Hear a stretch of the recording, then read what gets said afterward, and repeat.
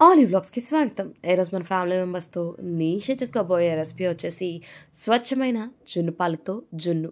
అది తొలి రోజు పాలండి. చాలా ఈజీగా చేసేసుకోవచ్చు బిగినర్స్ కూడా.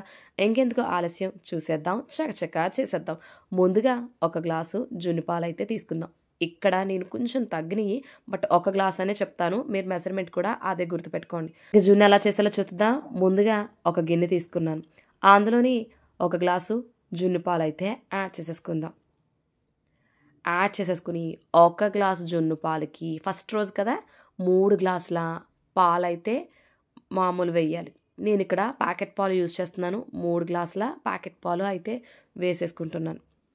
కాయాల్సిన పని లేదు. డైరెక్ట్గా మనం పచ్చిపాలనే వేసేసుకోవచ్చు.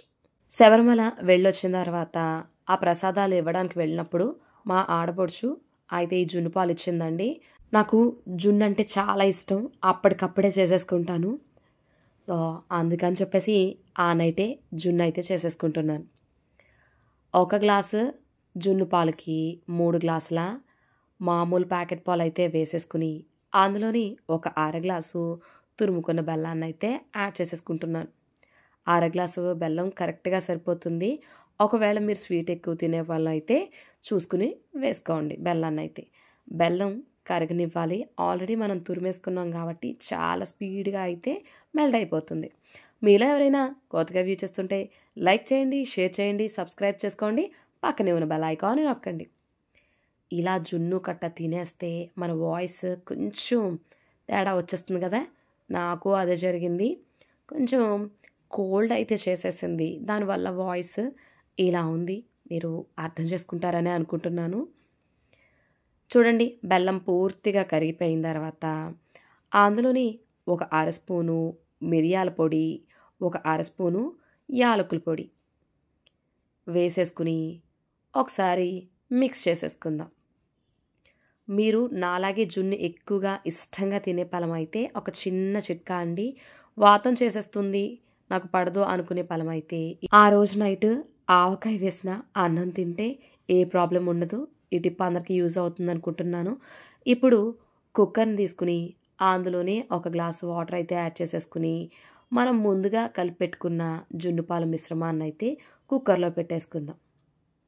ఇప్పుడు మూత పెట్టేసి జస్ట్ 2 విజిల్స్ అయితే రానిద్దాం. 2 విజిల్స్ వస్తే సరిపోతుందండి.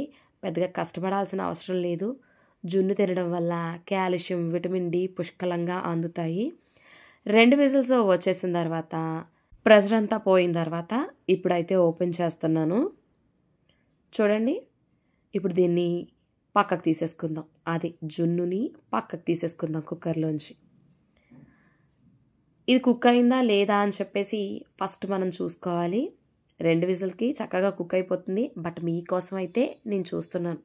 ఒక స్పూన్ పెట్టుకుని ఇలా చూస్తే మన స్పూన్కి ఏదైనా అంటుకుంటే అది ఉడకలేనట్టు. ఎక్కడ అంటుకోలేదు కాబట్టి ఉడికిపోయింది. జున్ను అయితే రెడీ అయిపోయింది.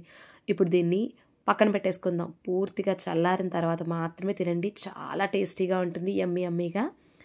ఇప్పుడు దీన్ని పక్కన పెట్టేసుకుంటున్నాను. పూర్తిగా చల్లారిన తర్వాత మనం ఎడ్జెస్ని ఒకసారి అయితే కట్ చేసేసుకుందాం.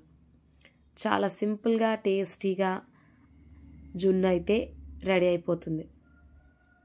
ఇలా మనం ఎడ్జెస్ని కట్ చేసుకున్న తర్వాత దీన్ని డీమోల్డ్ చేసుకుందామండి. డీమోల్డ్ చేసుకుంటే చక్కగా ఊడొచ్చేస్తుంది. యాక్చువల్గా నార్మల్గా తినేయచ్చు. బట్ మీకు చూపించాలనే ఉద్దేశంతో దీన్ని డీమోల్డ్ అయితే చేస్తున్నాను. కొద్దిగా జున్ను అయితే గిన్నెకి అంటుకుపోయింది. కానీ చాలా టేస్టీగా ఉందండి జున్ను అయితే. చూడండి, స్మూత్గా అలా కట్ చేసి నోట్లో పెట్టుకుంటే ఇలా వెళ్ళిపోతుంది. యమ్మీ యమ్మీగా జున్ను అయితే రెడీ అయిపోయింది. ఇంకెందుకు ఆలస్యం, సర్వ్ చేసుకోవడమే. Thank you for watching my video.